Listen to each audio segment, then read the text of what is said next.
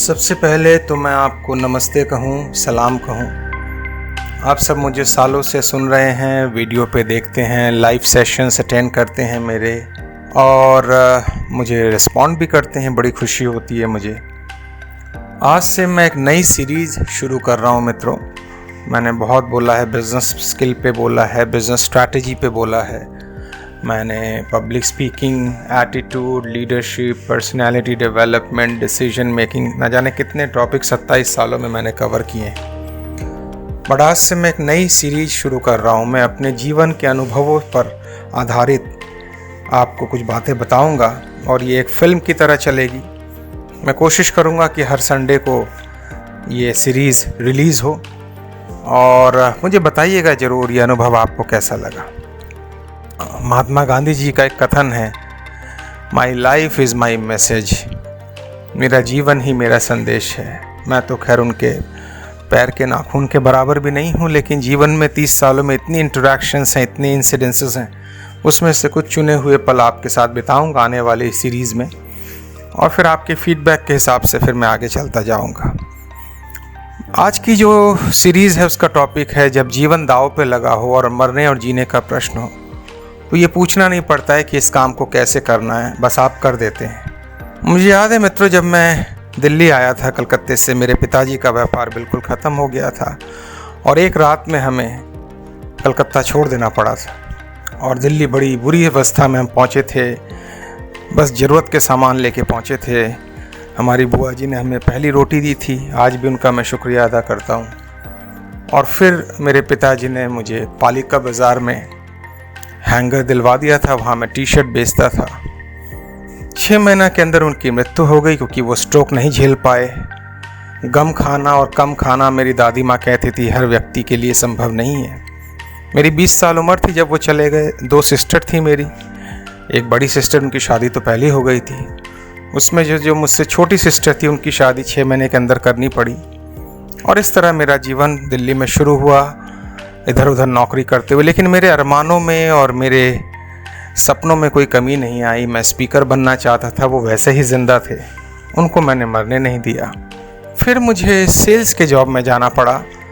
मैं yellow pages के field में गया और मैंने एक एक्सपोर्टर्स की डायरेक्टरी निकलती है, तो मुझे हर एक्सपोर्टर्स के यहाँ विज़िट करना पड़ता था और उनसे विज्ञापन लेना पड़ता था। मुझे उस समय बोलने की कला भी नहीं आती थी, बात करने की कला भी नहीं आती थी, ड्रेसिंग की कला भी नहीं आती थी। बस ये था, कुछ करना है, जुनून था। तो ये घटना उस समय की है जब मेरे फादर कैंसर के ट्रीटमेंट से गुजर रहे थे और उनकी देखभाल के लिए हमें बहुत पैसे खर्च करने पड़ते थे। अराउंड 5,000 रुपये हर 15 दिन में चाहिए थे, कीमोथेरेपी या रेडियोथेरेपी, और इतने पैसे की तो गुंजाइश ही नहीं थी। तनख्वाह कुल 950 रुपये थी।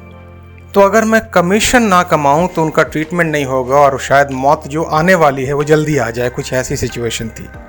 तो मेरी ज़िंदगी मेरे लिए दांव पे नहीं लगी हुई थी, उनकी ज़िंदगी जब दांव पे लगी हुई थी। तो मैं क्या करता था, मुझे पता था कि मेरे पास हुनर नहीं है, हौसला है।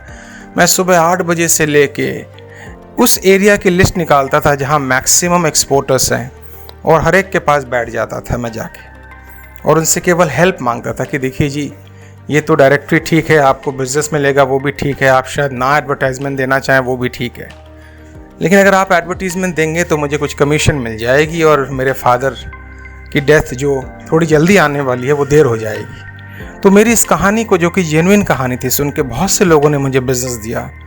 इसमें कोई शक नहीं, मैंने सिंपैथी गेन की और जेन्युइनली की और उस एड से उनको बेनिफिट भी मिला। बट मेरी स्टोरी को सुन के बहुत से लोगों ने मेरी मदद की। उन्होंने 6, 7, 8 हज़ार के विज्ञापन देने शुरू किए। और उस महीने की मुझे याद आती है जब मेरी कंपनी ने मुझसे कह दिया था कि इस महीने अगर तुम कोई बिज़नेस नहीं लाए तो तुम्हें निकाल दिया जाएगा। उन्होंने मेरा रेजिग्नेशन टाइप करवा के रख लिया था। तो उस महीने मैंने सबसे ज़्यादा मेहनत की, सुबह 6 से रात 12 तक, ना जाने कितनी विज़िट्स की।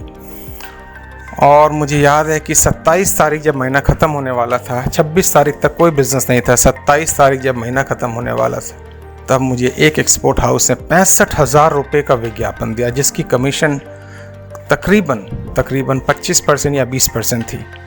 और दोस्तों यकीन माने, उस दिन मुझे समझ में आ गया था कि सफलता हुनर पे पता नहीं कितनी डिपेंड करती है, बट हौसले पर डिपेंड करती है। तो आज के इस सेशन में, इस सीरीज़ में मैं यही आपसे शेयर करना चाहूँगा कि आपको अगर लगता है कि आपने अपना बेस्ट दे दिया है, तो मैं आपको बता दूं आपका बेस्ट अभी आना बाकी है।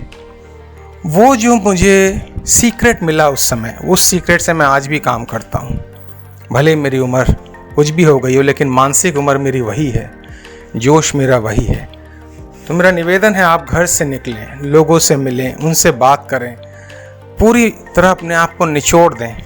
और मैं आपको बताऊं, अगर आप ऐसा करेंगे तो सफलता के पीछे जाने की ज़रूरत नहीं है, सफलता आपके पीछे आएगी।